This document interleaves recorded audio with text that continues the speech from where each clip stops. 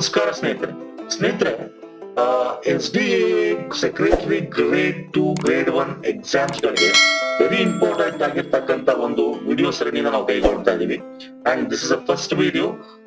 ಮುನ್ನೋಟ overview ಅಂದ್ರೆ ಈ PDO ಅಥವಾ ನಮ್ಮ RDPR ರಿಕ್ರೂಟ್ಮೆಂಟ್ ಇದೆ, RDPR ಡಿಪಾರ್ಟ್ಮೆಂಟ್ ಅಲ್ಲಿ ಅಂದ್ರೆ rural development and panchayat raj act ನ ಅಡಿಯಲ್ಲಿರ್ತಕ್ಕಂತ ಒಂದು ಪೋಸ್ಟ್ ಗಳಿವೆ. SDA ಆಗಿರ್ಬೋದು, ಸೆಕ್ರೆಟರಿ ಗ್ರೇಡ್ 1 ಆಗಿರ್ಬೋದು, 2 ಆಗಿರ್ಬೋದು, ಅಥವಾ PDO ಈಗ ಸಬ್ಮಿಟ್ ಮಾಡಲ್ಲ, ಮಾಡ್ತಾರೆ ಮುಂದೆ.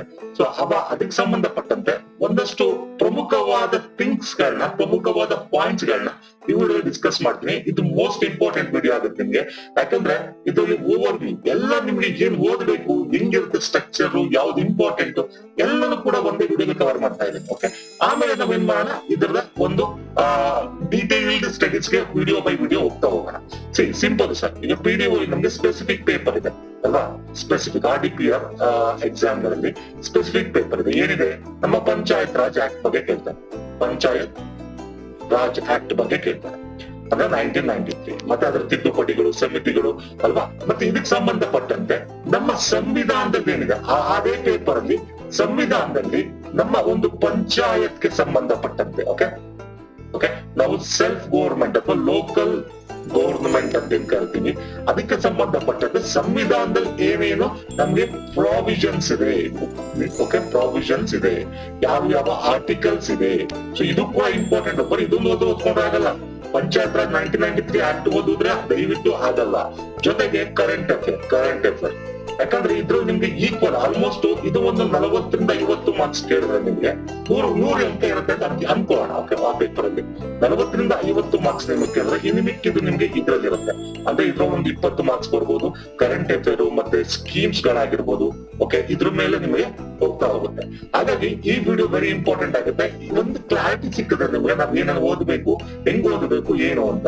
ಮುಂದಕ್ಕೆ ಏನಾಗುತ್ತೆ ಸ್ನೇಹಿತರೆ, ಸ್ಟೆಪ್ ಬೈ ಸ್ಟೆಪ್ ನಾವು ಡೀಟೇಲ್ ಆಗಿ ಅನಲೈಸ್ ಮಾಡ್ತಾ ಹೋಗೋಣ.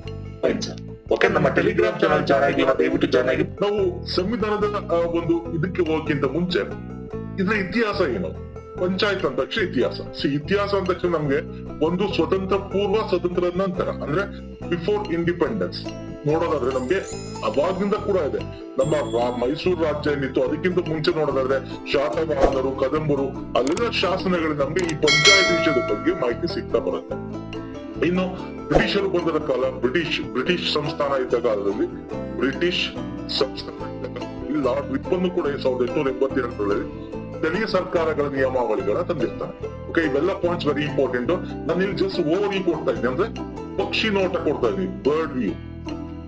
ಬರ್ಡ್ ವ್ಯೂ ಒಂದು ಪಕ್ಷಿ ನೋಟ ಅಂದ್ರೆ ಏನೇನ್ ಓದಬೇಕು, ಏನೇನ್ ಇರಬೇಕು, ಏನೇನ್ ಇಂಪಾರ್ಟೆಂಟ್ ಪಾಯಿಂಟ್ಸ್ ಎಲ್ಲ ಹೇಳ್ತಾ ಇದೀನಿ.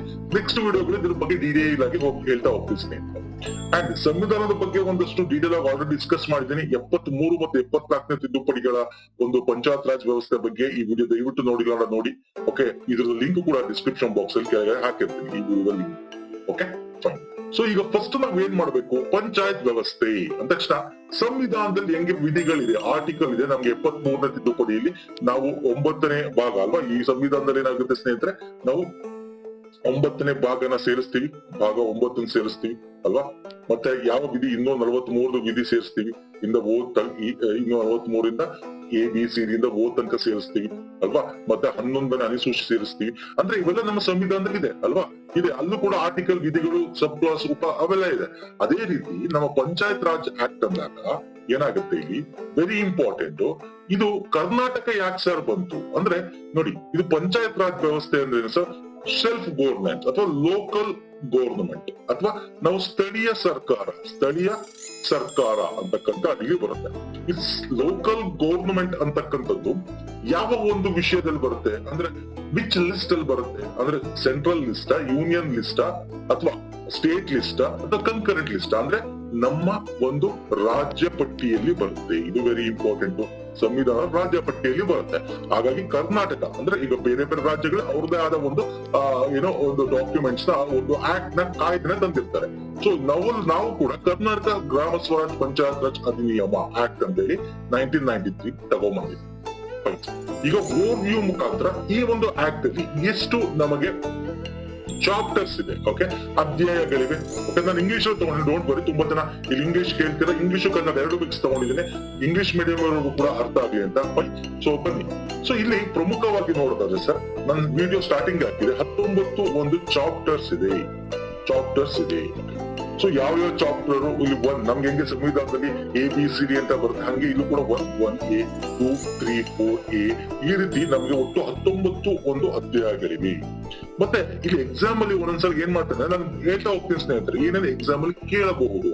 ಓಕೆ, ಆ ಅಧ್ಯಾಯಗಳ ಒಂದು ಶೀರ್ಷಿಕೆ ಅಂತಂದ್ರೆ ಆ ಟಾಪಿಕ್ಸ್ ಡೀಟೇಲ್ ಏನಿರುತ್ತೆ ಆ ಅಧ್ಯಾಯದಲ್ಲಿ, ಮತ್ತೆ ಅದ್ರಲ್ಲಿ ಬರ್ತಕ್ಕಂಥ ಪ್ರಕರಣಗಳು ಅಂತಂದ್ರೆ ಏನು, ಕೇಸಸ್ ಅಥವಾ ನಾವು ಟಾಪಿಕ್ಸ್ ಅಂತ ಕೇಳಬಹುದು. ಇಂಗ್ಲಿಷ್ ಅಲ್ಲಿ ನೋಡಿ ಟಾಪಿಕ್ಸ್ ಅಂತ ಕೇಳಬಹುದು. ಅಂದ್ರೆ ಈಗ ಫಾರ್ ಎಕ್ಸಾಂಪಲ್ ಈ first chapter short title and commencement ಅಂತ ಇದೆ. ಓಕೆ, ಶೀರ್ಷಿಕೆ ಬಗ್ಗೆ ಮಾತಾಡುತ್ತೆ. ಇದರಲ್ಲಿ ಪ್ರಕರಣ ಟಾಪಿಕ್ಸ್ ಏನಿದೆ ಅಂದ್ರೆ 1 ಮತ್ತೆ 2 ಪ್ರಕರಣಗಳು ಇದ್ರಲ್ಲಿ ಬರುತ್ತೆ. ಅಂದ್ರೆ 2 ಕೇಸ್, 2 ಟಾಪಿಕ್ಗಳು ಈ ಮೊದಲನೇ ಅಧ್ಯಾಯದಲ್ಲಿ ಬರ್ತದೆ ಅಂತ ಅರ್ಥ. ಇಲ್ಲಿ ನಾನು ನಿಮ್ಗೆ ಎಕ್ಸಾಮ್ ಅಲ್ಲಿ ಹೆಂಗ್ ಕೇಳ್ತೇನೆ ಅಂದ್ರೆ, ಇದ್ರ ಡೀಟೇಲ್ ಒಂದು ಕೇಳೋದು ಒಂದು ಭಾಗ. ಓಕೆ, ಅದನ್ನ ಡೀಟೇಲ್ ಸ್ಟಡಿ ಮಾಡೋಣ, ಒಂದೊಂದು ಪ್ರಕರಣ ಏನನ್ನ ಹೇಳುತ್ತೆ ಅಂತ ಮುಂದೆ ಸ್ಟಡಿ ಮಾಡೋಣ. ಬಟ್ ಇಲ್ಲಿ ಪ್ರಮುಖವಾಗಿ ನೋಡೋದ್ರ ಸ್ನೇಹಿತರೆ, ಒಂದೊಂದ್ಸಲ ಡೈರೆಕ್ಟ್ ಕ್ವಶನ್ಸ್ ಕೇಳ್ತಾನೆ. ಅಂದ್ರೆ ಈಗ ಫಾರ್ ಎಕ್ಸಾಂಪಲ್ ಗ್ರಾಮ ಸ್ವರಾಜನ ಘಟಕಗಳು ಇದು ಬಿಟ್ಟಾಗಿ ಗ್ರಾಮ ಪಂಚಾಯತಿ ರಚನೆ ಮತ್ತು ಸ್ಥಾಯಿ ಸಮಿತಿಗಳ ರಚನೆ ಯಾವ ಒಂದು ಚಾಪ್ಟರ್ ಅಥವಾ ಅಧ್ಯಾಯದಲ್ಲಿದೆ ಅಂತ ಕೇಳಬಹುದು. ಅಥವಾ ಈ ಒಂದು ಗ್ರಾಮ ಪಂಚಾಯತ್ ರಚನೆ ಮತ್ತು ಸ್ಥಾಯಿ ಸಮಿತಿಗಳ ರಚನೆ ಯಾವ ಪ್ರಕರಣದಿಂದ ಯಾವ ಪ್ರಕರಣದಲ್ಲಿ ಇದೆ ಅಂತ ಕೇಳಬಹುದು. ಯಾವ ಪ್ರಕರಣದಿಂದ ಯಾವ ಪ್ರಕರಣ ತನಕ ಇದೆ, 4 ರಿಂದ 57 ತನಕ ನೋಡಿ ಎಷ್ಟು ಓದಿದೆ ಇದು. ಸೊ ಹಿಂಗೆ ಕೇಳ್ತಾನೆ. ಹಾಗಾಗಿ ಇಲ್ಲಿ ಏನಿಲ್ಲ, ಸೇಮ್ ನಮ್ಮ ಸಂವಿಧಾನದಲ್ಲಿ ಹೆಂಗಿದೆ, ಫಸ್ಟ್ ನಮ್ಮ ಒಂದು ಸ್ಟೇಟ್ ಅಂದ್ರೆ ಏನು ಅಂತ ಹೇಳ್ತಾನೆ ಸಂವಿಧಾನದಲ್ವಾ, ನಾವೇನ್ ನೋಡಿದ್ವಿ ಕಾನ್ಸ್ಟಿಟ್ಯೂಷನ್ ಆಫ್ ಇಂಡಿಯಾದಲ್ಲಿ. ಆಮೇಲೆ ಅದರ ರಚನೆ ಹೆಂಗಾಯ್ತು, ಆಮೇಲೆ ಅದು ಯಾರು ಬೇಕು, ಅದು ಎಲ್ಲೇ ಏನಾಗ್ಬೇಕು, ಆಮೇಲೆ ಸಿಟಿಸನ್ಶಿಪ್, ಆಮೇಲೆ ಅದನ್ನ ಆಳ್ತಕ್ಕಂಥ ರಾಷ್ಟ್ರಪತಿ, ಆಮೇಲೆ ಕೇಂದ್ರ ಸರ್ಕಾರ, ರಾಜ್ಯ ಸರ್ಕಾರ, ಸ್ಥಳೀಯ ಸರ್ಕಾರ, ಮತ್ತೆ ನ್ಯಾಯಾಲಯ ಹೆಂಗ್ ಬರುತ್ತೆ, ಹಂಗೆ ಇಲ್ಲೂ ಕೂಡ ನಮ್ಮ ಪ್ರಾರಂಭ ಹೆಂಗಾಯ್ತು, ಪಂಚಾಯತ್ ನೀತಿ ನಿರ್ದೇಶಕ ತತ್ವಗಳು ನಾವು DPSP ಅಂತ ಏನ್ ನಾವು ಕರಿತೀವಿ, DPSP ಅಂತ ನಮ್ಮ 4ನೇ ಭಾಗ ಸಂವಿಧಾನದಲ್ಲಿ. ಹಾಗೆ ಇಲ್ಲಿ 1A ಅಡಿಯಲ್ಲಿ ಇದೆ ಪ್ರಕರಣ 2A, ಅದ್ರ ಬಗ್ಗೆ ಮಾತಾಡುತ್ತೆ. ಅಂದ್ರೆ 2A ಅಂತಕ್ಕಂಥ ಒಂದು ಟಾಪಿಕ್ ಅದರಲ್ಲಿ ಮಾತಾಡುತ್ತೆ ಇದ್ರ ಬಗ್ಗೆ. ಸೊ ಇಲ್ಲಿ ಏನು ಪ್ರಮುಖವಾಗಿ ನೀವು ತಿಳ್ಕೊಬೇಕು ಅಂದ್ರೆ, ಇದನ್ನ ಸುಮ್ನೆ ಓದ್ತಾ ಹೋಗಿ, ಗಮನವಿಟ್ಟು ಓದ್ಬೇಕಷ್ಟೇ. ಸುಮ್ನೆ ಓದ್ಬೇಕು ಅನ್ನೋ ಕಾಟಾಚಾರ ಯಾವ್ದಾದ್ರೂ ಯಾವ್ದು ಬರುತ್ತೆ ನೋಡಿ. ಮೊದಲು ಗ್ರಾಮ ಪಂಚಾಯತಿ ಬಗ್ಗೆ ಮಾತಾಡ್ತಾ ಬರ್ತಾನೆ, ಆಮೇಲೆ ತಾಲೂಕು ಪಂಚಾಯತಿ ರಚನೆ, ಅದರಲ್ಲಿ ಯಾರ್ಯಾರು ಇರ್ಬೇಕು, ಅದಾದ್ಮೇಲೆ ಅವರ ಆಡಳಿತ ಹೆಂಗೆ, ಅದಾದ್ಮೇಲೆ ಅವ್ರ ಕಾರ್ಯಕ್ರಮ ಹೆಂಗೆ. ಸೊ ಹಿಂಗೆ ನೋಡಿದ್ರ ಸೇಮ್ ನಾವೇನೋ ಇದ್ರಲ್ಲಿ ಓದಿದ್ವಿ, ಯಾವ್ದ್ರಲ್ಲಿ ಕಾಯ್ದೆಗಳು ಓದಿದ್ವಿ, ಅವರ ಒಂದು ಕಾಯ್ದೆ ನಿಯಮಗಳಲ್ಲಿ ಸೇಮ್ ಅದೇ ತರ. ಆಮೇಲೆ ತಾಲೂಕು ಆದ್ಮೇಲೆ ಜಿಲ್ಲಾ ಪಂಚಾಯತಿ ರಚನೆ, ಅದರ ಅಧ್ಯಕ್ಷ, ಉಪಾಧ್ಯಕ್ಷ, ಸಿಬ್ಬಂದಿ, ಅಲ್ಲಿ ತೆರಿಗೆ, ಮತ್ತೆ ಅಲ್ಲಿ ಸ್ವತ್ತು ನಿಧಿಗಳು, ಕಾರ್ಯ, ಅವರ ನಿಯಂತ್ರಣ, ಲೆಕ್ಕ ಪರಿಶೋಧನಾ, ಹಿಂಗೆ ಒಟ್ಟು 19 ಅಧ್ಯಾಯಗಳು ಮತ್ತೆ 321 ಆರ್ಟಿಕಲ್ಸ್ ಅಂತ ಕರಿಬಹುದು. ನಾವು ಹೆಂಗೆ ನಮ್ಮ ಸಂವಿಧಾನ ಆರ್ಟಿಕಲ್ಸ್ ಅಂತ ಕರಿತೀವಿ, ಹಂಗೆ ಇಲ್ಲಿ ಪ್ರಕರಣಗಳು ಅಥವಾ ಟಾಪಿಕ್ಸ್, ಕೇಸಸ್ ಅಂತ ಕರಿತೀವಿ. 321 ಇರ್ತಕ್ಕಂಥದ್ದು. ಇದು ನಿಮಗೆ ಗೊತ್ತಿರಬೇಕು. ಒಂದ್ಸಲ ಡೈರೆಕ್ಟ್ ಕ್ವಶನ್ಸ್ ಗಳು ಕೂಡ ಬರ್ತವೆ. ಜೊತೆಗೆ 4 ಅನುಸೂಚಿಗಳಿದೆ, ಶೆಡ್ಯೂಲ್ಸ್ ಇದೆ. ಓಕೆ, ಏನಿದೆ 4 ಶೆಡ್ಯೂಲ್ಸ್ ಅಂದ್ರೆ, ಶೆಡ್ಯೂಲ್ 1 ನಮ್ಗೆ ತಾಲೂಕು ಪಂಚಾಯತಿ ಬಗ್ಗೆ ಮಾತಾಡ್ತೀವಿ. ಸಾರಿ, ಗ್ರಾಮ ಪಂಚಾಯತಿ ಬಗ್ಗೆ ಮಾತಾಡುತ್ತೆ. ಗ್ರಾಮ ಪಂಚಾಯತಿ ಬಗ್ಗೆ ಏನ್ ಮಾತಾಡುತ್ತೆ, ಅದರ ಕಾರ್ಯ ಏನು, ನಿಧಿಗಳನ್ನ ಹೆಂಗ್ ಕಲೆಕ್ಟ್ ಮಾಡ್ಕೋಬೇಕು, ಅದು ಪ್ರೋಗ್ರಾಮ್, ಮತ್ತೆ ಅದಕ್ಕೆ ಬೇಕಾಗಿರ್ತಕ್ಕಂಥ ರೆವಿನ್ಯೂನ ಹೆಂಗ್ ಮಾಡ್ತಾರೆ. ಸೊ ಇದ್ರ ಬಗ್ಗೆ ಒಂದಷ್ಟು ಪ್ರೋಗ್ರಾಮ್ಗಳು ಏನೇನ್ ಇವೆ ಅಡಿಯಲ್ಲಿ, ಸೊ ಇದ್ರ ಬಗ್ಗೆ ಮಾತಾಡುತ್ತೆ. ಇನ್ನು ಅನುಸೂಚಿ 2 ನಮ್ಗೆ ತಾಲೂಕು ಪಂಚಾಯತಿ ಬಗ್ಗೆ ಮಾತಾಡುತ್ತೆ. ಅನುಸೂಚಿ 3 ಅಂದ್ರೆ ಶೆಡ್ಯೂಲ್ 3 ನಮ್ಗೆ ಜಿಲ್ಲಾ ಪಂಚಾಯತಿ ಬಗ್ಗೆ ಮಾತಾಡುತ್ತೆ. ಅನುಸೂಚಿ 4 ಟ್ಯಾಕ್ಸ್, ಯಾವ್ದಕ್ಕೆ ಟ್ಯಾಕ್ಸ್ ಕೊಡಬೇಕು, ಟ್ಯಾಕ್ಸ್ ಫಾರ್ಮೇಶನ್ ಅಥವಾ ಟ್ಯಾಕ್ಸ್ ಇನ್ಫಾರ್ಮೇಶನ್ ಬಗ್ಗೆ, ನಮ್ಮ ಕಂದಾಯದ ಬಗ್ಗೆ ಅದು ಅನುಸೂಚಿ 4 ಡೀಟೇಲ್ ಇದೆ. ನೋಡಿದ್ರ ಇಷ್ಟು ನೀನು ಕಲಿಬೇಕು. ಮುಂದೆ ಅದ್ರ ಬಗ್ಗೆ ಡೀಟೇಲ್ ಆಗಿ ಓದ್ತಾ ಹೋಗೋಣ. ಸಿಂಗಲ್ ನನ್ನ ಆರಾಮಾಗಿ ಟ್ರಿಕ್ಸ್ ಗಳು ಹೇಳ್ತಾ ಹೋಗ್ತೀನಿ, ಹೆಂಗ್ ನೆನ್ಪಿಟ್ಕೋಬೇಕು ಅಂತ. ಈಗ ನೋಡಿ ನಮ್ಮ ಪ್ರಕರಣಗಳು ಹೆಂಗ್ ನೆನ್ಪಿಟ್ಕೊಳ್ಳೋದು, ಫಸ್ಟ್ ಗ್ರಾಮ ಪಂಚಾಯತಿಗೆ ಸಂಬಂಧಪಟ್ಟಂತೆ ಪ್ರಕರಣ ಬರುತ್ತೆ. ಓಕೆ, ಆಮೇಲೆ ತಾಲೂಕು ಪಂಚಾಯತಿ, ಆಮೇಲೆ ನಮ್ಗೆ ಏನಾಗುತ್ತೆ ಜಿಲ್ಲಾ ಪಂಚಾಯತಿಗೆ ಸಂಬಂಧಪಟ್ಟಂತೆ ಪ್ರಕರಣಗಳು ಬರ್ತವೆ. ಓಕೆ, ಹಿಂಗೆ ನೆನ್ಪಿಟ್ಕೊತಾ ಹೋಗ್ಬೋದು ನಾವು ಸ್ಟೆಪ್ ಬೈ ಸ್ಟೆಪ್. ಓಕೆ, ಇನ್ನು ಇಂಗ್ಲಿಷ್ ಅಲ್ಲಿ ಕೂಡ ಇಲ್ಲಿದೆ, ದಯವಿಟ್ಟು ನೋಡ್ಕೊಂಬಿಡಿ ಸ್ನೇಹಿತರೆ ಇಂಗ್ಲಿಷ್ ಅಲ್ಲಿ. ಓಕೆ, ಸ್ಕ್ರೀನ್ ಶಾಟ್ ತಗೊಂಡು ಇಟ್ಕೊಂಬಿಡಿ. ಸೊ ಇಷ್ಟಾದ್ಮೇಲೆ ನಮ್ಗೆ ತಿದ್ದುಪಡಿಗಳ ಸ್ನೇಹಿತರೆ ನೋಡಿದ್ರೆ ಒಂದು 15 ರಿಂದ 20 ಪ್ರಮುಖವಾಗಿ ನಮಗೆ ಸಿಗ್ಬೋದು. ಒಂದು 20 ತಿದ್ದುಪಡಿಗಳು ಸಿಗ್ಬೋದು. ಇಲ್ಲಿ ಒಂದೊಂದೇ ವರ್ಷಗಳಲ್ಲಿ 2-3 ತಿದ್ದುಪಡಿಗಳಿದೆ. ಒಂದೊಂದು ಆಕ್ಟ್ ನ ಒಂದು ಸಂಖ್ಯೆಗಳು ಕೊಡ್ತಾ ಹೋಗ್ತಾ ನಾನು. ಓಕೆ, ಆ ಸಂಖ್ಯೆಗಳನ್ನ ಹಾಕಿಲ್ಲ, ಬೇಕಾಗಿಲ್ಲ. ಬಟ್ ಇಲ್ಲಿ ಪ್ರಮುಖವಾಗಿ ನೋಡಿ 95, 96 ಇಲ್ಲಿ ನೆನಪಿಟ್ಕೊಳ್ಳೋದೇನ್ ಬೇಕಾಗಿಲ್ಲ ತಿದ್ದುಪಡಿಗಳ ಹೆಸರುಗಳನ್ನ. ನಾನು ಹೇಳ್ತೀನಿ ಯಾವ್ದು ಮುಂದೆ ನಾವು ಮಾಡ್ಬೇಕಾದ್ರೆ ಹೇಳ್ತೀನಿ ಯಾವ್ದಾದ್ರು ಇಂಪಾರ್ಟೆಂಟ್ ಅಂತ. ಅಲ್ಲಿಂದ ಈಗ ಲೇಟೆಸ್ಟ್ ಆಗಿ 2021 ತಿದ್ದುಪಡಿ ಕೂಡ ಆಲ್ರೆಡಿ ನಮ್ಮ ಲೆಜಿಸ್ಲೇಟರ್ ಅಲ್ಲಿ ಅಂದ್ರೆ ವಿಧಾನಸಭೆಯಲ್ಲಿ ಅಪ್ರೂವ್ ಕೂಡ ಹೋಗಿದೆ. 2021 ತಿದ್ದುಪಡಿ ತನಕ ಓದ್ಬೇಕಾಗುತ್ತೆ 1990. ಇದು ಫಾರ್ ಎಕ್ಸಾಂಪಲ್ ಈ ತಿದ್ದುಪಡಿಯಲ್ಲಿ ಏನಿರುತ್ತೆ, ಅಮೆಂಡ್ಮೆಂಟ್ ಅಲ್ಲಿ ಏನಿರುತ್ತೆ, ಒಂದೇ ಒಂದು ಎಕ್ಸಾಂಪಲ್ 1995 ತಗೊಂಡು ಹೇಳ್ತೀನಿ. ಈ 1995 ತಿದ್ದುಪಡಿ ಅಧಿನಿಯಮ ಏನಿದೆ, ಓಕೆ, ಈ ಆಕ್ಟ್ ಏನಿದೆ, ಓಕೆ, ಅಮೆಂಡ್ಮೆಂಟ್ ಆಕ್ಟ್, ಇದು ಯಾವ್ದ್ರ ಬಗ್ಗೆ ಮಾತಾಡುತ್ತೆ ಅಂದ್ರೆ ಹಿಂದುಳಿದ ವರ್ಗಗಳ ನಿಯಮ ಬಗ್ಗೆ. ಅಂದ್ರೆ ಹಿಂದುಳಿದ ವರ್ಗ ರಿಸರ್ವೇಶನ್ ಇದೆ ಏನಿದೆ ಸರ್, ಅದನ್ನ ನಾವು ಪ್ರೊವೈಡ್ ಮಾಡ್ಬೇಕಂದ್ರೆ ಜಸ್ಟ್ ರೂಲ್ಸ್ ಮಾಡಿದ್ರೆ ಬೇಕಾಗಿಲ್ಲ, ಒಂದು ನೋಟಿಫಿಕೇಶನ್, ಒಂದು ಅಧಿಸೂಚನೆ ಹೊಡೆದ್ರೆ ಸಾಕು ಅಂತ ಹೇಳುತ್ತೆ. ಮತ್ತೆ ಇದ್ರಲ್ಲಿ ಇನ್ನೊಂದು ಏನ್ ಹೇಳುತ್ತೆ ಅಂದ್ರೆ ಕೊಡಗು ಜಿಲ್ಲೆ, ಓಕೆ, ಕೊಡಗು ಜಿಲ್ಲೆಯಲ್ಲಿ ಜಿಲ್ಲಾ ಪಂಚಾಯತ್ 18,000 ಆರ್ ಪಾರ್ಟ್, ಓಕೆ, 18,000 ಜನಸಂಖ್ಯೆಗೆ ಅಥವಾ ಅದರ ಭಾಗಕ್ಕೆ ಒಬ್ಬ ಜಿಲ್ಲಾ ಪಂಚಾಯತ್ ನೇಮಕ ಮಾಡಕ್ಕೆ ಒಂದು ಪ್ರಾವಿಷನ್ ಕಲ್ಪಿಸಿ ಕೊಡುತ್ತದೆ.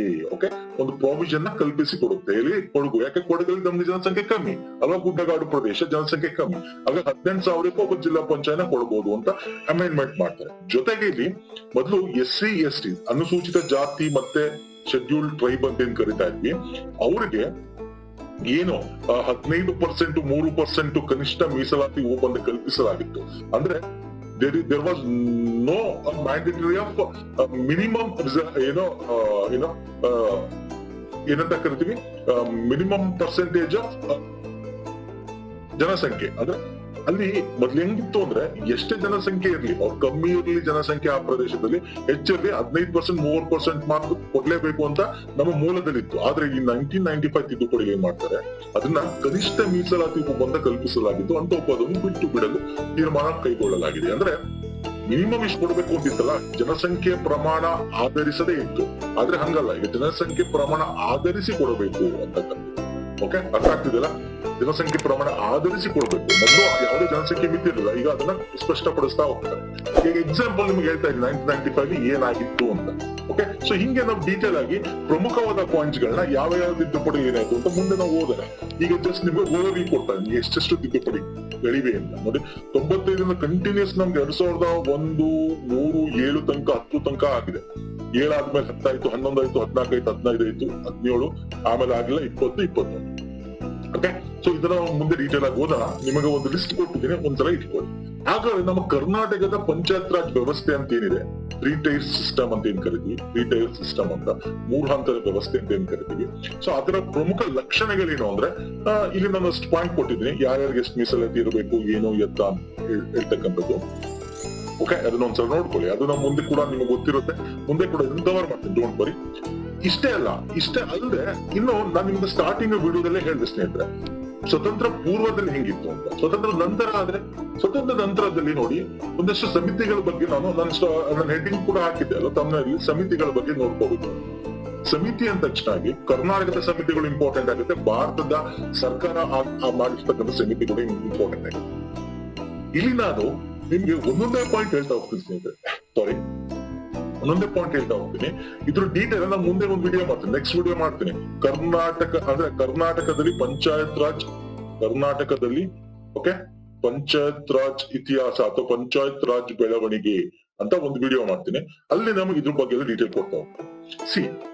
ಭಾರತದಲ್ಲಿ ನಮ್ಗೆ ಫಸ್ಟ್ ಬಲವಂತ್ ರಾಯ್ ಮೆಹ್ತಾ ಸಮಿತಿ 1957 ಅಲ್ಲಿ ಏನಾಗುತ್ತೆ, ಬಲವಂತ ರಾಯ್ ಮೆಹ್ತಾ ಸಮಿತಿ. ಅದಕ್ಕಿಂತ ಮುಂಚೆನೆ ಕರ್ನಾಟಕದಲ್ಲಿ ಆಗಿತ್ತು. ಕರ್ನಾಟಕದಲ್ಲಿ ಮೈಸೂರು ರಾಜ್ಯ ಇತ್ತು ಸ್ವತಂತ್ರ ನಂತರ. ವೆಂಕಟಪ್ಪ ಸಮಿತಿ ಆಗಿತ್ತು 1943. ಇವರು 2 ರೀತಿಯಾದ ಒಂದು ಇದಕ್ಕೆ ಶ್ರೇಣಿ ವ್ಯವಸ್ಥೆಗೆ ಶಿಫಾರಸ್ ಮಾಡಬೇಕು, ಒಂದು ಸ್ಥಳೀಯ ಮಟ್ಟದ, ಇನ್ನೊಂದು ಜಿಲ್ಲಾ ಮಟ್ಟದ. ಓಕೆ, ಅದು ನೆಕ್ಸ್ಟ್ ಚಂದ್ರಶೇಖರಯ್ಯ ಸಮಿತಿ ಬರುತ್ತೆ 1953. ಇದನ್ನ ನಾವು ಲೋಕಲ್ ಬೋರ್ಡ್ ವಿಚಾರಣಾ ಸಮಿತಿ ಅಂತ ಕೂಡ ಕರಿತೀವಿ. ಚಂದ್ರಶೇಖರಯ್ಯ ಸಮಿತಿ ಅವರು ನಮಗೆ 3 ಮಟ್ಟದ ವ್ಯವಸ್ಥೆಯನ್ನ ಸೂಚಿಸ್ತಾರೆ. ಓಕೆ, ಸೊ ಯಾವಾಗ 1953ರಲ್ಲಿ. ಅದ್ರ ನೆಕ್ಸ್ಟ್ ಮೈಸೂರು ಗ್ರಾಮ ಪಂಚಾಯತ್ ಮತ್ತು ಸ್ಥಳೀಯ ಮಂಡಳಿ ಆ ಕಾಯ್ದೆ ಅಂತ ನಾವು ಎಸ್ಟಾಬ್ಲಿಷ್ ಮಾಡ್ತೀವಿ. ಮೈಸೂರು ರಾಜ್ಯ ಇತ್ತಲ್ಲ ಅವಾಗ 1959 ಅಲ್ಲಿ. ಓಕೆ, ಆಫ್ಟರ್ ಏಕೀಕರಣ ಆದ್ಮೇಲೆ. ಓಕೆ, ಆಮೇಲೆ 59 ಕೊಂಡಜ್ಜಿ ಬಸಪ್ಪ ಅಂತ ಮಾಡ್ತೀವಿ. ಅಂದ್ರೆ ಈ ಪಂಚಾಯತ್ ರಾಜ್ ವ್ಯವಸ್ಥೆಯಲ್ಲಿ ಏನು ವೈಫಲ್ಯವಿದೆ ಅದ್ರ ಬಗ್ಗೆ ಶಿಫಾರಸ್ ಮಾಡ್ಲಿ ಅಂತ. ಅದನ್ನ ಇವ್ರು ಮಾಡಿರ್ತಕ್ಕಂಥ ಶಿಫಾರಸ್ಸನ್ನ ಮೈಸೂರು ಪಂಚಾಯತಿ ರಾಜ್ ಬಿಲ್ 1964 ಅಂತ ಆ ಬಿಲ್ ನ ರಚನೆ ಮಾಡ್ತೀವಿ. ಓಕೆ, ಆದ್ರೆ ರಾಜಕೀಯ ಒತ್ತಡ ಅದು ಮಂಜೂರಾಗಲ್ಲ ಕೂಡ. ಅದಾದ್ಮೇಲೆ ವೆರಿ ಇಂಪಾರ್ಟೆಂಟ್ ಆಗುತ್ತೆ ಇದು ಕರ್ನಾಟಕದಲ್ಲಿ. ಕರ್ನಾಟಕ ಜಿಲ್ಲಾ ಪರಿಷತ್ ತಾಲೂಕು ಪಂಚಾಯತ್ ಸಮಿತಿ ಮಂಡಲ್ ಪಂಚಾಯತ್ ಮತ್ತು ನ್ಯಾಯ ಪಂಚಾಯತ್ ಕಾಯ್ದೆ ಅಂತ 1983 ಬರುತ್ತೆ. ಓಕೆ, 1983 ಯಾವಾಗ ಸರ್ ಅದು ರಾಮಕೃಷ್ಣ ಹೆಗಡೆ ಅವರು ಮುಖ್ಯಮಂತ್ರಿ ಆಗಿದ್ದಾಗ ಬರುತ್ತೆ. ಓಕೆ, ಇದ್ರ ಬಗ್ಗೆ ನಾನು ಮುಂದೆ ಡೀಟೇಲ್ ಆಗಿ ಹೇಳ್ತೀನಿ. ಈಗ ಜಸ್ಟ್ ನಿಮ್ಗೆ ಪಾಯಿಂಟ್ಸ್ ಗಳು ಕೊಡ್ತಾ ಹೋಗ್ತೇನೆ, ಅಷ್ಟು ಬುಲೆಟಿನ್ ಪಾಯಿಂಟ್ಸ್ ಓವರ್ವ್ಯೂ. ಓಕೆ, ಏನೇನು ಓದಬೇಕು ನಾವು ಕರ್ನಾಟಕದ ಸಂಬಂಧಪಟ್ಟಂತೆ ನಮ್ಮ ಇತಿಹಾಸ, ಪಂಚಾಯತ್ ರಾಜ್ ಇತಿಹಾಸ ಹೆಂಗೆ ಬೆಳವಣಿಗೆ ಆಗ್ತಾ ಬಂದಿದೆ ಇದ್ರ ಬಗ್ಗೆ.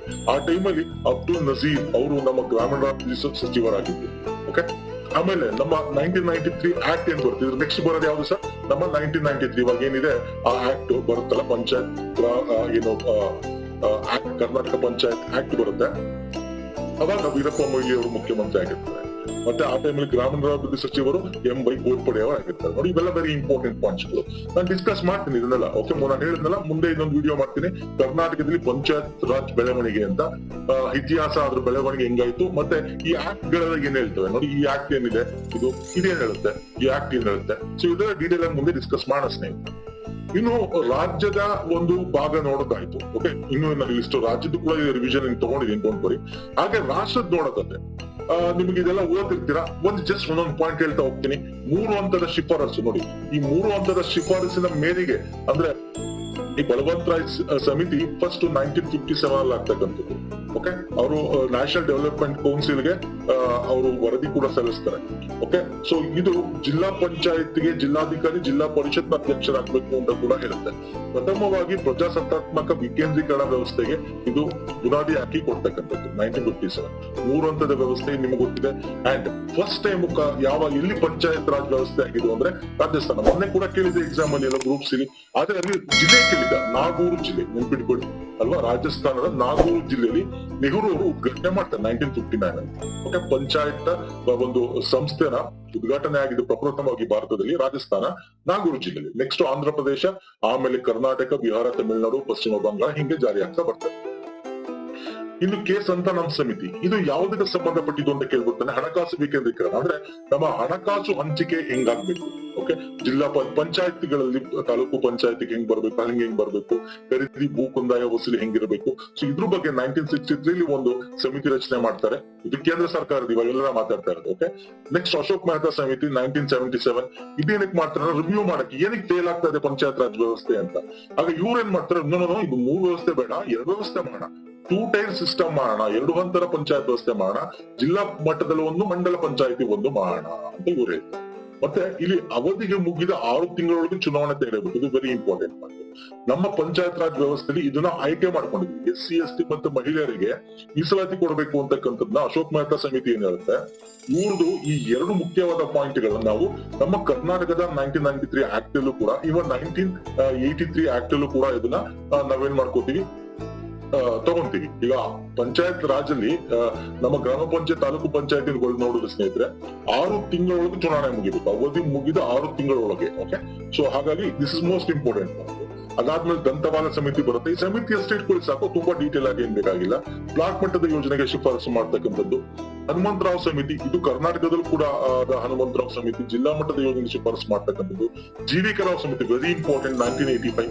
ಓಕೆ, ಇದೇನಂತೆ ಅಂದ್ರೆ ಆಡಳಿತ ಸಂಯೋಜನೆ ಮತ್ತು ಬಡತನ ನಿರ್ಮೂಲನಾ ಯೋಜನಾ ಸಮಿತಿ ಅಂತ ಇದನ್ನ ಕರಿತೀವಿ. ಯಾಕಂದ್ರೆ ಹೆಂಗಿರ್ಬೇಕು, ಹೆಂಗೆ ಅಭಿವೃದ್ಧಿ ಮಾಡ್ಬೇಕು, ಹೆಂಗೆ ಆಡಳಿತ ಇರಬೇಕು, ಅಡ್ಮಿನಿಸ್ಟ್ರೇಷನ್ ಹೆಂಗಿರ್ಬೇಕು ಪಂಚಾಯತ್ ಅಲ್ಲಿ, ಅದ್ರ ಬಗ್ಗೆ GVK ರಾವ್ ಸಮಿತಿ ಒಂದು ಶಿಫಾರಸು ಮಾಡ್ತಾರೆ 1985, 1985ರಲ್ಲಿ. LM ಸಿಂಘಿ ಸಮಿತಿ ವೆರಿ ಇಂಪಾರ್ಟೆಂಟ್ ಪಾಯಿಂಟ್ ಇದು.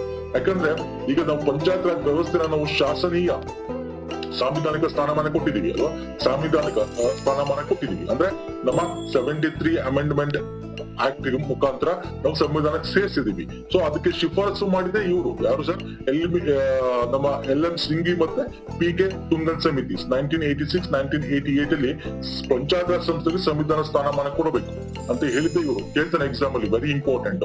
ಇವರ ಶಿಫಾರಸಿನ ಮೇರೆಗೆ ನಾವು ಏನ್ ಮಾಡ್ತೀವಿ, ಮತ್ತೆ ದೇಶದಾದ್ಯಂತ ಒಂದೇ ರೀತಿಯಾದ 3 ರೀತಿಯ ಒಂದು ಪಂಚಾಯತ್ ವ್ಯವಸ್ಥೆ ಇರಬೇಕು ಅಂತ ಹೇಳಿ ನಾವು ಏನ್ ಮಾಡ್ತೀವಿ, 1993 ಆಕ್ಟ್ ನಾವು ಕರ್ನಾಟಕದಲ್ಲಿ ತರ್ತೀವಿ. ಜೊತೆಗೆ 73ನೇ ತಿದ್ದುಪಡಿ ಮುಖಾಂತರ ಪಂಚಾಯತ್ ರಾಜ್ ವ್ಯವಸ್ಥೆನ ಸಂವಿಧಾನದಲ್ಲಿ ಇನ್ಕ್ಲೂಡ್ ಮಾಡ್ತೀವಿ. ಓಕೆ. ಸೊ ಇವೆಲ್ಲ ವೆರಿ ಇಂಪಾರ್ಟೆಂಟ್ ಆಗಿರ್ತಕ್ಕಂಥ ಸಮಿತಿಗಳು. ಯಾವುದು ನಮ್ಮ ಕೇಂದ್ರದಿಂದ ಆಗಿರ್ತಕ್ಕಂಥ ಸಮಿತಿ. ರಾಜ್ಯದಿಂದ ನಿಮ್ಗೆ ಆಗ್ಲೇ ಹೇಳಿದೆ, ಫಸ್ಟ್ ವೆಂಕಟಪ್ಪ ಸಮಿತಿ ಆಗುತ್ತೆ, ಚಂದ್ರಶೇಖರ ಸಮಿತಿ, ಅದಾದ್ಮೇಲೆ 1959 ಮೈಸೂರು ಗ್ರಾಮ ಪಂಚಾಯತ್ ಮತ್ತು ಜಿಲ್ಲಾ ಮಂಡಳಿ ಕಾಯ್ದೆ ಅಂತ ಕೂಡ ತರ್ತಾರೆ, ಆಸ್ ಪರ್ ಇವರ ಒಂದು ಶಿಫಾರಸಿನ ಮೇರೆಗೆ. ಓಕೆ, ತರ್ತಾರೆ. ಆಮೇಲೆ ನಮ್ಗೆ ಕೊಂಡಜ್ಜಿ ಬಸಪ್ಪ ಬರುತ್ತೆ. ಓಕೆ, ಹನುಮಂತರಾವ್ ಸಮಿತಿ, ಇವೆಲ್ಲ ನಾವು ಆಲ್ರೆಡಿ ನೋಡಿದೀವಿ.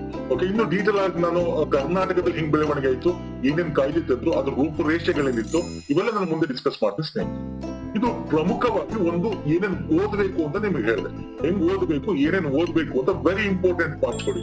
ಇದು ಬಿಟ್ಟು ನಮ್ಮ ಸಂವಿಧಾನದಲ್ಲಿ, ಓಕೆ, ನಮ್ಮ ಕಾನ್ಸ್ಟಿಟ್ಯೂಷನ್ ಆಫ್ ಇಂಡಿಯಾದಲ್ಲಿ, ಸಂವಿಧಾನದಲ್ಲಿ ಈ ಪಂಚಾಯತ್ ರಾಜ್ ವ್ಯವಸ್ಥೆಗೆ ಏನೇನು ಉಪಬಂಧಗಳಿವೆ ಅಂದ್ರೆ ಒಂದಷ್ಟು ಪ್ರೊವಿಷನ್ಸ್, ಅದು ವೆರಿ ಇಂಪಾರ್ಟೆಂಟ್. ಕೇಳ್ತಾನೆ ಎಷ್ಟು ವಿಷಯಗಳು, ಈಗ ನಮ್ಮ ವಿಷಯಗಳು ರಾಜ್ಯ ಪಟ್ಟಿ ಹತ್ರ ಏನ್ ಮಾಡಿದೀವಿ, ಹಾಗೆ ಈ ನಮ್ಮ ರಾಜ್ಯದಲ್ಲಿರ್ತಕ್ಕಂತ ವಿಷಯಗಳಲ್ಲಿ ನಾವು ಪಂಚಾಯತ್ ಅಂದ್ರೆ ಪಂಚಾಯತ್ ವ್ಯವಸ್ಥೆಗೆ, ಅಂದ್ರೆ ನಮ್ಮ ಈ ಗ್ರಾಮ ಪಂಚಾಯತ್, ಜಿಲ್ಲಾ ಪಂಚಾಯತ್ ಮತ್ತು ಈ ಮೂರು ಹಂತದ ವ್ಯವಸ್ಥೆ ಏನಿದೆ, ಈ ಮೂರು ಹಂತದ ವ್ಯವಸ್ಥೆಗೆ ಒಂದಷ್ಟು ವಿಷಯಗಳನ್ನ ಬಿಟ್ಕೊಟ್ಟಿದ್ವಿ. ಎಷ್ಟು ವಿಷಯಗಳನ್ನ ಬಿಟ್ಕೊಟ್ಟಿವಿ, ಯಾವ ವಿಷಯಗಳ ಮೇಲೆ ಅವರು ಕಾಯ್ದೆಗಳನ್ನ ಅವ್ರು ತರಬಹುದು ಅನ್ನೋದ್ರ ಬಗ್ಗೆ ಡೀಟೇಲ್ ಆಗಿ ತಿಳ್ಕೊಬೇಕಾಗುತ್ತೆ. ಮತ್ತೆ ಯಾವ ವಿಧಿಗಳಿದೆ ಅದು ತಿಳ್ಕೊಬೇಕು. ನಿಮ್ಗೆ ಗೊತ್ತಿದೆ 1992 ಈ ಪಂಚಾಯತ್ ರಾಜ್ ವ್ಯವಸ್ಥೆ ತರಬೇಕು ಅಂತ. ಅದಕ್ಕಿಂತ ಮುಂಚೆ ತುಂಬಾ ಬಿಲ್ಗಳು ಬಂದಿತ್ತು. 1983 ಬಂದಿತ್ತು, 83 or 86 ಅನ್ಬೋದು, 86 ಅಲ್ಲಿ. ಆದ್ರೆ ಅದು ರಾಜ್ಯಸಭೆ ಪಾಸ್ ಆಗಲ್ಲ. ಆಮೇಲೆ PV ನರಸಿಂಹರಾವ್ ಏನ್ ಬರ್ತಾರೆ, ಸೊ ಅವ್ರೇನ್ ಮಂಡಿಸ್ತಾರೆ, ಅವಾಗ ಡಿಸೆಂಬರ್ 22, ಓಕೆ, ಡಿಸೆಂಬರ್ 22 ಲೋಕಸಭೆ ಆಗುತ್ತೆ, 23 ನಮ್ಗೆ ರಾಜ್ಯಸಭೆ ಆಗುತ್ತೆ. ಆಮೇಲೆ ಏಪ್ರಿಲ್ 20 ನಮ್ಗೆ ರಾಷ್ಟ್ರಪತಿಗಳ ಅಂಗೀಕಾರ ಕೂಡ ಆಗ್ಬಿಡುತ್ತೆ. ಏಪ್ರಿಲ್ 24 ಪಂಚಾಯತ್ ರಾಜ್ ವ್ಯವಸ್ಥೆ ನಮ್ಗೆ ಜಾರಿಗೆ ಬಂದ್ಬಿಡುತ್ತೆ. ಅದಕ್ಕೆ ಏಪ್ರಿಲ್ 24 ನಾವು ಪಂಚಾಯತ್ ರಾಜ್ ದಿನ, ಓಕೆ, ಪಂಚಾಯತ್ ರಾಜ್ ಡೇ ಅಂತ ಸೆಲೆಬ್ರೇಟ್ ಮಾಡ್ತೀವಿ. ಪಂಚಾಯತ್ ರಾಜ್ ಡೇ ಅಂತ ನಾವು ಸೆಲೆಬ್ರೇಟ್ ಮಾಡ್ತೀವಿ. ಯಾವಾಗ ಸರ್? ಏಪ್ರಿಲ್ 24, ಯಾಕಂದ್ರೆ ಅವಾಗಿಂದ ಜಾರಿಗೆ ಬಂತು. ಯಾವುದು? 73ನೇ ತಿದ್ದುಪಡಿ ಕಾಯ್ದೆ ನಮಗೆ ಏನಾಗುತ್ತೆ, ಜಾರಿಗೆ ಬರುತ್ತೆ. So fine. ಹಾಗಾದ್ರೆ ಮೊದಲಿರ್ಲಿಲ್ವಾ ಸರ್ ನಮ್ಮ ಸಂವಿಧಾನದಲ್ಲಿ ಪಂಚಾಯತ್ ವ್ಯವಸ್ಥೆ? ಇತ್ತು. ಅದಕ್ಕೋಸ್ಕರ ತಾನೆ ಈಗ 1983 ನಮ್ಮ ಕರ್ನಾಟಕದಲ್ಲಿ ಯಾರೋ ರಾಮಕೃಷ್ಣ ಹೆಗ್ಡೆ ಅವರು ಯಾಕೆ ತಂದ್ರು, 1959 ಮೈಸೂರು ರಾಜ್ಯ ಏನಕ್ಕೆ ಒಂದು ಪಂಚಾಯತ್ ಒಂದು ಕಾಯ್ದೆ ತಂದಿತ್ತು, ಇವೆಲ್ಲ ನಮ್ಗೆ ಸಂವಿಧಾನದಲ್ಲಿ ಇತ್ತು ಸರ್. ನಮ್ಮ ರಾಜ್ಯ ನೀತಿ ನಿರ್ದೇಶಕ ತತ್ವಗಳಲ್ಲಿ 40ನೇ ವಿಧಿ ಪಂಚಾಯತ್, ಗ್ರಾಮ ಪಂಚಾಯತ್ ಸಂಘಟಿಸಬೇಕು, ಅದಕ್ಕೆ ಸ್ವಚ್ಛ ಸರ್ಕಾರ, ಸೆಲ್ಫ್ ಗವರ್ನೆನ್ಸ್ ಕೊಡಬೇಕು ಅಂತಕ್ಕಂಥದ್ದು ನಮ್ಗೆ 40ನೇ ವಿಧಿಯಲ್ಲಿ ಡಿಪಿಎಸ್ಪಿ ಇದೆ, ಭಾಗ 4 ಅಲ್ವಾ, ಭಾಗ 4 ಇರ್ತಕ್ಕಂಥ ನಮ್ಮ ರಾಜ್ಯ ನಿರ್ದೇಶಕ ತತ್ವಗಳಲ್ಲಿ ಸಂವಿಧಾನದಲ್ಲಿ ಇತ್ತು. ಓಕೆ, ಇತ್ತು. ಹಾಗಾಗಿ ಇವೆಲ್ಲ ಬಂದಿತ್ತು. ಬಟ್ ಅದಕ್ಕೊಂದು ಪ್ರಾಪರ್ ಆಗಿ ಸ್ಟ್ರಕ್ಚರ್ ಬೇಕಾಗಿತ್ತು, ನಮ್ಗೆ ಒಂದು ಸಾಂವಿಧಾನಿಕ ಸ್ಥಾನಮಾನ ಬೇಕಾಗಿತ್ತು, ಒಂದು ಪ್ರಮುಖವಾಗಿರ್ತಕ್ಕಂಥ ಒಂದು ಶೆಡ್ಯೂಲ್ ನ ಅದಕ್ಕೆ ಮಾಡ್ಬೇಕಾಗಿತ್ತು ಅಲ್ವಾ.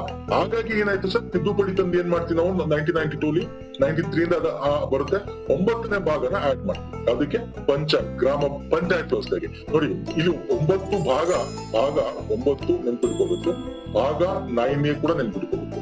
9A ಬಂದು ನಮ್ಗೆ ನಗರಸಭೆ ಅಥವಾ ಈಗ ನಗರಾಡಳಿತ, ನಗರಸಭೆ, ಓಕೆ, ಪುರಸಭೆ ಅಂದ್ರೆ ನಮ್ಮ ಕಾರ್ಪೊರೇಷನ್, ಅಂದ್ರೆ ಇದಕ್ಕೆ ಸಂಬಂಧಪಟ್ಟಿರ್ತಕ್ಕಂಥ. ಓಕೆ, ಈಗ ಭಾಗ 9 ನಮ್ಗೆ ಪಂಚಾಯತ್ಗೆ ಸಂಬಂಧಪಟ್ಟಿರ್ತಕ್ಕಂಥ. ಮತ್ತೆ ಇದಕ್ ಜೊತೆಗೆ 11ನೇ ಶೆಡ್ಯೂಲ್ ನ ಆಡ್ ಮಾಡ್ತೀವಿ, 11th ಶೆಡ್ಯೂಲ್ ಆಡ್ ಮಾಡ್ತೀವಿ. ಓಕೆ, ನಮ್ಮ ನಗರಾಡಳಿತಕ್ಕೆ 12ನೇ ಶೆಡ್ಯೂಲ್ ಆಡ್, ಇವೆಲ್ಲ ಗೊತ್ತಿರ್ಬೇಕು ನಿಮ್ಗೆ, ಇದೆಲ್ಲ ಗೊತ್ತಿರುತ್ತೆ ನಿಮ್ಗೆ ಅನ್ಕೋತೀನಿ. ಮತ್ತೆ ಇಲ್ಲಿ ಈಗೇನೋ ಹೊಸದಾಗಿ ನಾವು 11ನೇ ಶೆಡ್ಯೂಲ್ ಹಾಕ್ತೀವಿ. ಓಕೆ, 9ನೇ ಭಾಗ ಆಡ್ ಮಾಡ್ತೀವಿ.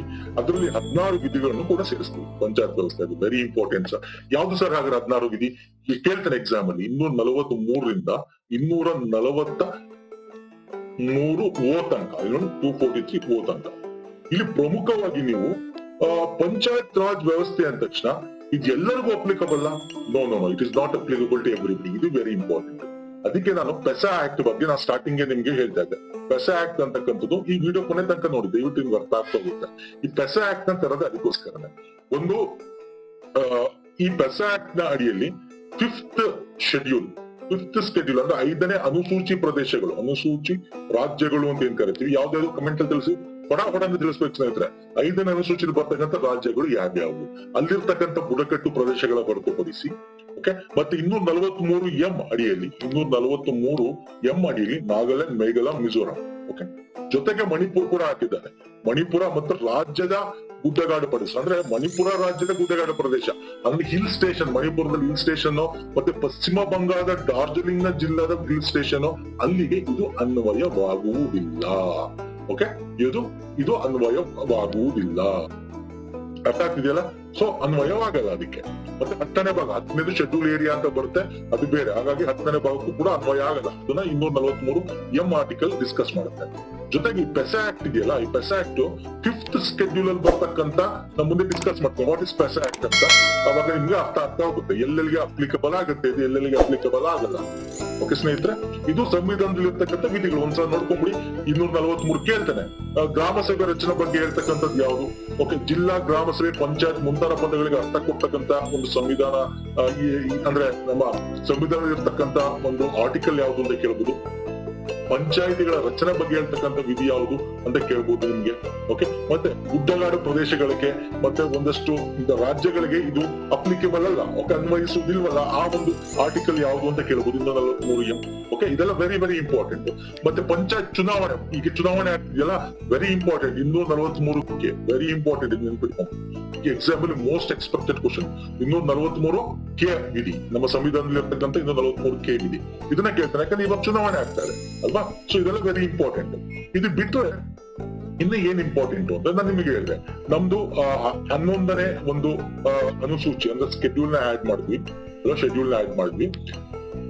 9ನೇ ಭಾಗ, ಇದರಲ್ಲಿ 16 ವಿಧಿಗಳಿವೆ ಅಂತ. ಜೊತೆಗೆ 11ನೇ ಸ್ಕೆಡ್ಯೂಲ್ ಅಲ್ಲಿ ಏನಿದೆ ಸರ್, 29 ವಿಷಯಗಳನ್ನ ನಾವು ಪಂಚಾಯತ್ ವ್ಯವಸ್ಥೆಗೆ, ಓಕೆ, ಸ್ಥಳೀಯ ಸರ್ಕಾರಕ್ಕೆ ನಾವು ಬಿಟ್ಕೊಟ್ಟಿದ್ವಿ. ಪಂಚಾಯತ್ ವ್ಯವಸ್ಥೆಗೆ ಬಿಟ್ಕೊಟ್ಟಿದ್ವಿ. 3 ಹಂತದ ವ್ಯವಸ್ಥೆ ಏನಿದೆ ಅದಕ್ಕೆ ಬಿಟ್ಕೊಟ್ಟಿದ್ವಿ ನಮ್ಮ ಸರ್ಕಾರದಿಂದ, ಕರ್ನಾಟಕ ಸರ್ಕಾರದಿಂದ. ಆ 29 ವ್ಯವಸ್ಥೆ ಅಂದ್ರೆ ಕರ್ನಾಟಕ ಸರ್ಕಾರ ಅಂತಲ್ಲ, ರಾಜ್ಯ ಪಟ್ಟಿಯಿಂದ ಪ್ರತಿಯೊಂದು ಸ್ಥಳೀಯ ಸರ್ಕಾರಗಳಂತ ಏನ್ ಕರಿತಿದ್ರು ಎಲ್ಲಾ ರಾಜ್ಯಗಳಲ್ಲಿ 21 ವಿಷಯ ಅವ್ರು ಕೊಡ್ಬೇಕು. ಸೊ ಅವರು ಇದ್ರ ಮೇಲೆ ಅಧಿಕಾರ, ಜವಾಬ್ದಾರಿ, ಕಾರ್ಯಕ್ರಮ ಕೈಗೊಳ್ಳಬಹುದು. ಓಕೆ, 29 ವಿಷಯಗಳು ಒಂದು ಎಕ್ಸಾಮ್ ಅಲ್ಲಿ ಕೇಳಿದ್ದಾರೆ, ಎಷ್ಟು ವಿಷಯಗಳು ನಾವು ಈ ಸ್ಥಳೀಯ ಸರ್ಕಾರಕ್ಕೆ ಅಡಿಯಲ್ಲಿ ಬರುತ್ತದೆ ಅಂತ ಕೇಳಿದ್ದಾರೆ. 29 ವಿಷಯಗಳು ನೋಡಿ, ಕೃಷಿಯಿಂದ ಹಿಡಿದು ಇಲ್ಲಿ ನೋಡ್ಕೊಂಡ್ಬಿಡಿ, ಹೈನುಗಾರಿಕೆ, ಮೀನುಗಾರಿಕೆ, ಸಣ್ಣ ಅರಣ್ಯ ಉತ್ಪನ್ನ, ಖಾದಿ, ಗ್ರಾಮೀಣ ಕೈಗಾರಿಕೆ, ಗ್ರಾಮೀಣ ವಸತಿ, ಕುಡಿಯುವ ನೀರು, ಸೌದೆ, ಗ್ರಾಮೀಣ ವಿದ್ಯುದೀಕರಣ, ಸಂಪ್ರದಾಯೇತರ ಇಂಧನ ಮೂಲಗಳಾಗಿರ್ಬೋದು, ಗ್ರಂಥಾಲಯ, ವಯಸ್ಕರ ಶಿಕ್ಷಣ, ಬಡತನ ನಿರ್ಮೂಲನೆ, ಕುಟುಂಬ ಕಲ್ಯಾಣ, ಸಮುದಾಯ ಆಸ್ತಿಗಳ ರಕ್ಷಣೆ. ಓಕೆ, ಸೊ ಈ ಒಟ್ಟು 29 ವಿಷಯಗಳು ಈ ಅಡಿಯಲ್ಲಿ ಬರುತ್ತೆ. ಈಗ ಹೆಂಗೆ ನಮ್ಮ ರಾಜ್ಯ ಪಟ್ಟಿಲಿದೆ, ಕೇಂದ್ರ ಪಟ್ಟಿ, ಸಮವರ್ತಿ ಪಟ್ಟಿಲಿದೆ, ಹಾಗೆ ನಮ್ಮ ಪಂಚಾಯತ್ಗೋಸ್ಕರ ಅವರ ಒಂದು ಪಟ್ಟಿಯಲ್ಲಿ ನಾವು ನೋಡಿ 29 ವಿಷಯಗಳನ್ನ ಸೇರ್ಪಡೆ ಮಾಡಿ. ಸೊ ಇದ್ರ ಮೇಲೆ ಅವರು ಕಾರ್ಯಕ್ರಮಗಳನ್ನ ಇದನ್ನ ಅವರು ಹಮ್ಮಿಕೋಬಹುದು. ಅರ್ಥ ಆಗ್ತಿದೆಯಲ್ಲ? Very important. ನಾವು ಬರೀ 1993 ಆಕ್ಟ್ ಓದ್ಕೊಂಡ್ಬಿಟ್ರೆ ಆಗಲ್ಲ. ಅದಕ್ಕೆ ಸಂಬಂಧಪಟ್ಟಂತೆ ಹಿಂದ್ಗಡೆ ಬೆಳವಣಿಗೆ ಹೆಂಗಾಯ್ತು, ಪಂಚಾಯತ್ ವ್ಯವಸ್ಥೆ ಕರ್ನಾಟಕದಲ್ಲಿ ಹೆಂಗಾಯ್ತು, ಭಾರತದಲ್ಲಿ ಹೆಂಗಾಯ್ತು, ನಮ್ಮ ಸಂವಿಧಾನದಲ್ಲಿ ಏನಿದೆ, ಇವೆಲ್ಲ ವೆರಿ ಇಂಪಾರ್ಟೆಂಟ್. ಬರೀ ಅದೊಂದೇ ಕೇವಲ ಆ ಪೇಪರ್ ಅಲ್ಲಿ ಎಲ್ಲಾನು ಕೇಳ್ತಾನೆ. ಅದಕ್ಕೆ 50% ಇದೆ, ಇನ್ನು ಮಿಕ್ಕಿದ 50% ವೇಟೇಜ್ ಕೊಟ್ಟಿರ್ತಾರೆ. ಓಕೆ ಸರ್, ಅರ್ಥ ಆಗ್ತಿದೆಯಲ್ಲ? Very important. ಅದಕ್ಕೆ ಒಂದು ವಿಡಿಯೋಲಿ ಎಲ್ಲ ಏನೇನ್ ಓದ್ಬೇಕು, ಏನೇನ್ ಇಂಪಾರ್ಟೆಂಟ್ ಅಂತ ಎಲ್ಲ ಪಾಯಿಂಟ್ಸ್ ಕೊಡ್ತಾ ಇದ್ದೀನಿ ಸ್ನೇಹಿತರೆ. ನೆಕ್ಸ್ಟ್ ನಾವೇನ್ ಮಾಡೋಣ, 1993 ಆಕ್ಟ್ ನ ಒಂದೊಂದಾಗಿ ಡಿಸ್ಕಸ್ ಮಾಡ್ತಾ ಬರೋಣ. ಓಕೆ, ಯಾಕಂದ್ರೆ ಇದನ್ನೆಲ್ಲ ಆಲ್ರೆಡಿ ಡಿಸ್ಕಸ್ ಮಾಡ್ಬಿಟ್ಟಿದ್ದೀನಿ ನೋಡಿ. ಈ ವಿಡಿಯೋದಲ್ಲಿ 73, 74ನೇ ತಿದ್ದುಪಡಿ, 74ನೇದು ಕೂಡ ನಾನು ಡಿಸ್ಕಸ್ ಮಾಡ್ಬಿಟ್ಟಿದ್ದೀನಿ ಡೀಟೇಲ್ ಆಗಿ ನಮ್ಮ ಸಂವಿಧಾನದಲ್ಲಿ ಏನಿದೆ ಅಂತ. ಹಾಗಾಗಿ ಇದನ್ನ ನಾನು ಡಿಸ್ಕಸ್ ಮಾಡಕ್ ಹೋಗಲ್ಲ. ನಾನು ಮುಂದೆ ಏನ್ ಮಾಡ್ತೀನಿ, 1993 ಕರ್ನಾಟಕ ಪಂಚಾಯತ್ ರಾಜ್ ಆಕ್ಟ್ ನ ಪ್ರಕರಣಗಳ ಬಗ್ಗೆ, ಮತ್ತೆ ಕರ್ನಾಟಕದಲ್ಲಿ ಹೇಗೆ ಒಂದು ಪಂಚಾಯತ್ ವ್ಯವಸ್ಥೆ ಇತಿಹಾಸ ಏನು, ಪಂಚಾಯತ್ ವ್ಯವಸ್ಥೆ ಬೆಳವಣಿಗೆ ಏನು, ಡೆವಲಪ್ಮೆಂಟ್ ಏನಾಯ್ತು, ಇದ್ರ ಬಗ್ಗೆ ಡಿಸ್ಕಸ್ ಮಾಡ್ತೀನಿ. ಓಕೆ, ಒಂದೊಂದಾಗಿ ವಿಡಿಯೋಗಳನ್ನ ತರ್ತಾ ಅದ್ರ ಬಗ್ಗೆ ಡಿಸ್ಕಸ್ ಮಾಡ್ತಾ ಹೋಗೋಣ. ಪ್ರಕರಣಗಳ ಬಗ್ಗೆ ಡಿಸ್ಕಸ್ ಮಾಡೋಣ, ಅಮೆಂಡ್ಮೆಂಟ್ ಬಗ್ಗೆ ಡಿಸ್ಕಸ್ ಮಾಡೋಣ, ಮತ್ತೆ ಸ್ಕೀಮ್ಸ್ ಗಳ ಬಗ್ಗೆ, ಯೋಜನೆಗಳ ಬಗ್ಗೆ ಡಿಸ್ಕಸ್ ಮಾಡೋಣ ಮುಂದೆ. ಓಕೆ, ಒಂದೇ ವಿಡಿಯೋ ತರ್ತಾ ಬರೋಣ. ಫ್ರೆಂಡ್ಸ್, ಈ ವಿಡಿಯೋ ದಯವಿಟ್ಟು ನೋಡಿಲ್ಲ ಅಂದ್ರೆ ಡಿಸ್ಕ್ರಿಪ್ಷನ್ ಬಾಕ್ಸ್ ಹಾಕಿರ್ತ ಲಿಂಕ್ ನೋಡಿ ಸರ್.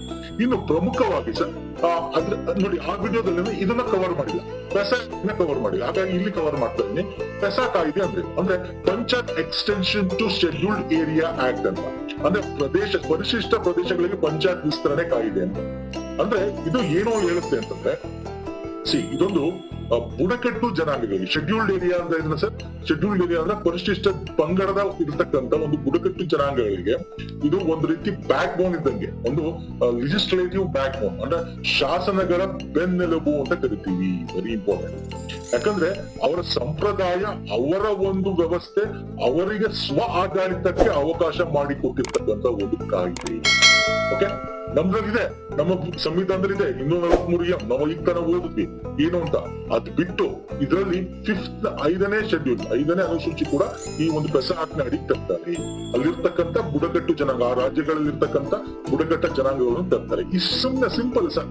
ಏನು ಅಂದ್ರೆ ಈಗ ಫಾರ್ ಎಕ್ಸಾಂಪಲ್ ಗ್ರಾಮ ಪಂಚಾಯತಿ ಇದೆ ಸರ್ ಅಲ್ವಾ, ಗ್ರಾಮ ಪಂಚಾಯತಿ ಏನೇನ್ ಕಾನೂನು ತರುತ್ತೆ ಅದೆಲ್ಲ ಈ ಒಂದು ಪೆಸಾ ಆಕ್ಟ್ ನ ಅಡಿ ಆ ಬುಡಕಟ್ಟು ಜನಾಂಗ ಏನ್ ವಾಸ ಮಾಡ್ತಿರ್ತಾರೆ, ಓಕೆ, ಬುಡಕಟ್ಟು ಜನಾಂಗ, ಟ್ರೈಬ್ಸ್ ಏನ್ ಕಟ್ಟು ಜನಾಂಗ ಅಥವಾ ಟ್ರೈಬ್ಸ್ ಏನ್ ಇರ್ತಾರೆ ಅವ್ರಿಗೆ ಅಪ್ಲಿಕಬಲ್ ಆಗಲ್ಲ.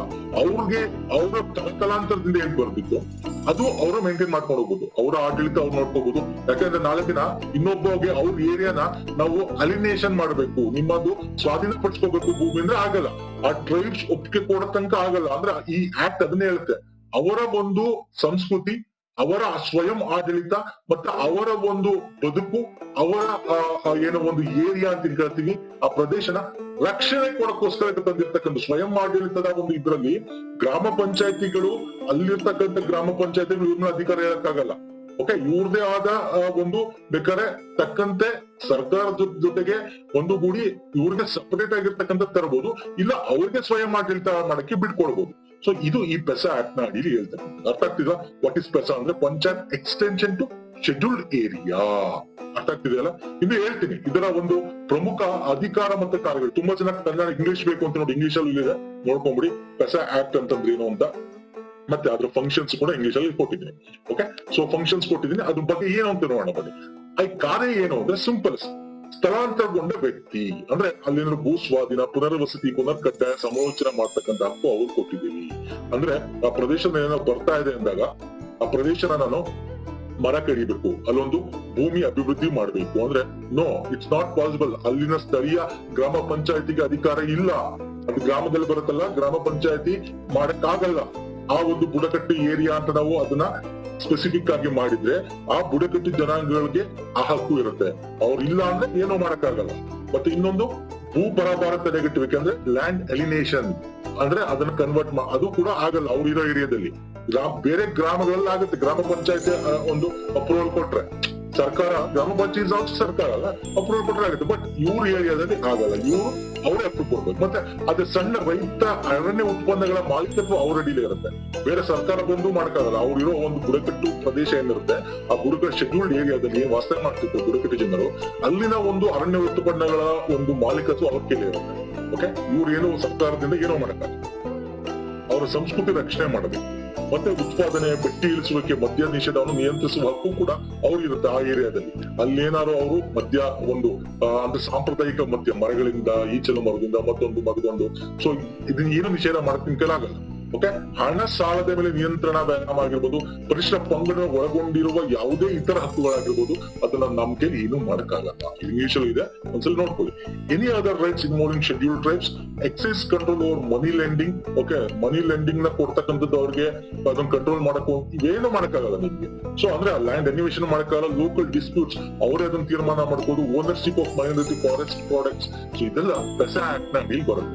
ಇದರಿಂದ ಏನಾಗುತ್ತೆ ಅಂದ್ರೆ ಈ ಸ್ಥಳೀಯ ಸರ್ಕಾರ ಅಡಿಯಲ್ಲಿ, ಲೋಕಲ್ ಸೆಲ್ಫ್ ಗವರ್ನೆನ್ಸ್ ಅಡಿಯಲ್ಲಿ ನೀವು ಬುಡಕಟ್ಟು ಜನಾಂಗ ವಾಸ ಮಾಡ್ತಕ್ಕಂಥ ಆ ಬುಡಕಟ್ಟು ಪ್ರದೇಶ ಅಂದ್ರೆ ಶೆಡ್ಯೂಲ್ಡ್ ಏರಿಯಾ ಅಂದ್ರೆ ಹಿಂದುಳಿದ ಪ್ರದೇಶ ಏನಿದೆ ಅದನ್ನ ನೀವು ಹಾಳು ಮಾಡಕ್ಕಾಗಲ್ಲ, ಅವ್ರದೇ ಆದ ಸಂಸ್ಕೃತಿನ ಹಾಳು ಮಾಡಕ್ಕಾಗಲ್ಲ. ಸೊ ಇದು ಇದ್ರ ಬಗ್ಗೆ ಪೆಸಾ ಆಕ್ಟ್ ಹೇಳ್ತಕ್ಕಂಥದ್ದು. ಅರ್ಥ ಆಗ್ತಿಲ್ಲ? ಸಿಂಪಲ್ ಎಕ್ಸಾಮ್ ಹೆಂಗ್ ಕೇಳ್ತಾನೆ ಅಂದ್ರೆ ಸಿಂಪಲ್ ಕ್ವಶನ್ ಕೇಳ್ತಾನೆ, ಪೆಸಾ ಆಕ್ಟ್ ಅಂತಂದ್ರೆ ಏನು ಅಂತ ಕೇಳ್ತಾನೆ. ಇದು ಯಾವುದಕ್ಕೆ ಸಂಬಂಧಪಟ್ಟಿದ್ದು? ಓಕೆ, ಮತ್ತೆ ಇದು 1996 ಅಲ್ಲಿ ಬಂದಿದ್ದು. ಇದರಲ್ಲಿ ಯಾವ ಒಂದು ಪ್ರದೇಶಗಳು ಇನ್ಕ್ಲೂಡ್ ಆಗಿರ್ತದೆ. ಓಕೆ, ಸೊ ಇದರಿಂದ ಸಂಬಂಧಪಟ್ಟದ ಈಗ ಕಾರ್ಯಕ್ರಮಗಳು ಏನಿದೆ ಅದನ್ನು 3-4 ಪಾಯಿಂಟ್ ಆಗ್ತಾನೆ. ಇದು ಯಾವುದು ಈ ಪೆಸಾ ಆಕ್ಟ್ ಗೆ ಸೇರಿಲ್ಲ. ಓಕೆ, ಈ ಪೆಸಾ ಕಾಯ್ದೆಗೆ ಸೇರಿಲ್ಲ ಅಂತ ಕೇಳ್ಬೋದು. ಹಿಂಗೆ ಬರ್ತದೆ ಕ್ವಶನ್. ಅರ್ಥ ಆಗ್ತಿಲ್ಲ ಸ್ನೇಹಿತರೆ? ನೋಡಿ, ಒಂದು ಆಲ್ ಓವರ್ ವ್ಯೂ ನಾವು ಈಗ ಆ ಪೇಪರ್ 2 PDO ಅಥವಾ SDA ಏನ್ ಬರುತ್ತೆ ಡಿಸ್ಕಸ್ ಮಾಡಿದ್ವಿ. ಇಲ್ಲಿ ಸಂವಿಧಾನದ ಪ್ರೊವಿಷನ್ಸ್ ಡಿಸ್ಕಸ್ ಮಾಡಿದ್ವಿ, ನಮ್ಮ ಕಾನ್ಸ್ಟಿಟ್ಯೂಷನ್ ಅಲ್ಲಿ ಇರ್ತಕ್ಕಂಥದ್ದು, ಜೊತೆಗೆ ನಮ್ಮ ಒಂದು 1993 ಆಕ್ಟ್ ಡಿಸ್ಕಸ್ ಮಾಡಿದ್ವಿ. ಓಕೆ, ಈಗ ನೆಕ್ಸ್ಟ್ ನಾನು ಈ ವಿಡಿಯೋಸ್ ಹೆಂಗ್ ಹೋಗೋಣ ಅಂದ್ರೆ ಈಗ ಎಲ್ಲ ನಿಮ್ಗೆ ಅರ್ಥ ಆಯ್ತು ಏನ್ ಓದ್ಬೇಕು ಅಂತ. ಈಗ ನೆಕ್ಸ್ಟ್ ನಾವು ಒಂದೊಂದೇ ತಗೊಂಡು ಹೋಗೋಣ. ಸಂವಿಧಾನದಲ್ಲಿ ಇರೋದು ಆಲ್ರೆಡಿ ನಾನು ವಿಡಿಯೋ ಮಾಡಿದ್ದೀನಿ ಅಂತ ಹೇಳಿ ಲಿಂಕ್ ಕೊಟ್ಟಿರ್ತೇನೆ. ಮತ್ತೆ ಇವತ್ತು ಪೆಸಾ ಆಕ್ಟ್ ನ ಡಿಸ್ಕಸ್ ಮಾಡಿದ್ದೇನೆ. ಸೊ ಇಲ್ಲಿ ಸಂವಿಧಾನದ್ದು ಆಲ್ಮೋಸ್ಟ್ ಮುಗೀತು. ಓಕೆ, ಮುಗೀತು. ಆ ವಿಡಿಯೋಗಳು ನೋಡಿ ನಾನು ದಯವಿಟ್ಟು ನೋಡಿ ಎಲ್ಲ ಕವರ್ ಮಾಡಿದ್ದೀನಿ. ಸಮಿತಿಗಳನ್ನ ಇವತ್ತು ಡಿಸ್ಕಸ್ ಮಾಡಿದ್ದೀನಿ. ಇನ್ ಕರ್ನಾಟಕದ ಒಂದು ಪಂಚಾಯತ್ ರಾಜ್ ಆಕ್ಟ್ ಏನಿದೆ, ಅದರ ಪ್ರಕರಣಗಳಿದೆ, ಅದರ ಒಂದು ಇತಿಹಾಸದ ಬೆಳವಣಿಗೆ ಏನಿದೆ, ಸೊ ಇದು ಹೆಚ್ಚು ವೆರಿ ಇಂಪಾರ್ಟೆಂಟ್ ಆಗುತ್ತೆ. ಅದು ನಾನು ನೆಕ್ಸ್ಟ್ ವಿಡಿಯೋಗಳಲ್ಲಿ ಮತ್ತೆ ಪ್ರಕರಣಗಳನ್ನು ಕೂಡ 1 by 1 ಅಧ್ಯಾಯದ ಮುಖಾಂತರ ಡಿಸ್ಕಸ್ ಮಾಡ್ತಾ ಬರ್ತೇನೆ. ಓಕೆ, ಆಮೇಲೆ ತಿದ್ದುಪಡಿ ಇವತ್ತೇ ಮಾಡ್ತಾ ಇದೆ ಡಿಸ್ಕಸ್ ಕಂಪ್ಲೀಟ್ ಆಗಿ. ಬಟ್ ನಾವು ಫಸ್ಟ್ ಪ್ರಕರಣಗಳು, ಓಕೆ, ಯಾವ ಪ್ರಕರಣಗಳಿದೆ ಅದರಲ್ಲಿ ಏನಿದೆ ನೋಡ್ಕೊಂಡ್ಬಿಟ್ರೆ ಆಮೇಲೆ ತಿದ್ದುಪಡಿ ಡಿಸ್ಕಸ್ ಮಾಡಕ್ಕೆ ಈಸಿ ಆಗುತ್ತೆ ಅಲ್ವಾ ಸರ್? ಸೊ ಹಾಗಾಗಿ ಇದನ್ನ ನೆಕ್ಸ್ಟ್ ವಿಡಿಯೋಗಳು ಸ್ಟೆಪ್ ಬೈ ಸ್ಟೆಪ್ ಒಂದು ಪ್ಲೇ ಲಿಸ್ಟ್ ನೇ ಕ್ರಿಯೇಟ್ ಮಾಡೋಣ. ಓಕೆ, ನಿಮ್ಗೆ ಇಷ್ಟ ಆಗಿದೆ ಅನ್ಕೋತೀನಿ. ದಯವಿಟ್ಟು ಲೈಕ್ ಮಾಡಿ, ಸಬ್ಸ್ಕ್ರೈಬ್ ಮಾಡ್ಕೊಂಡಿಲ್ಲ ಸಬ್ಸ್ಕ್ರೈಬ್ ಮಾಡ್ಕೊಳ್ಳಿ, ಶೇರ್ ಮಾಡಿ, ನನ್ನ ಫ್ರೆಂಡ್ ಜೊತೆ ಶೇರ್ ಮಾಡಿ. ನಮ್ಮ ಟೆಲಿಗ್ರಾಮ್ ಚಾನಲ್ ಲಿಂಕ್ ಇರುತ್ತೆ, ಅದು ಫಾಲೋ ಮಾಡಿ ನನ್ನ ಟೆಲಿಗ್ರಾಮ್ ಚಾನಲ್. ನೆಕ್ಸ್ಟ್ ವಿಡಿಯೋ ಪುನಃ ಸಿಗ್ತೀನಿ. ನಮಸ್ಕಾರ, ಧನ್ಯವಾದಗಳು ಸ್ನೇಹಿತರೆ.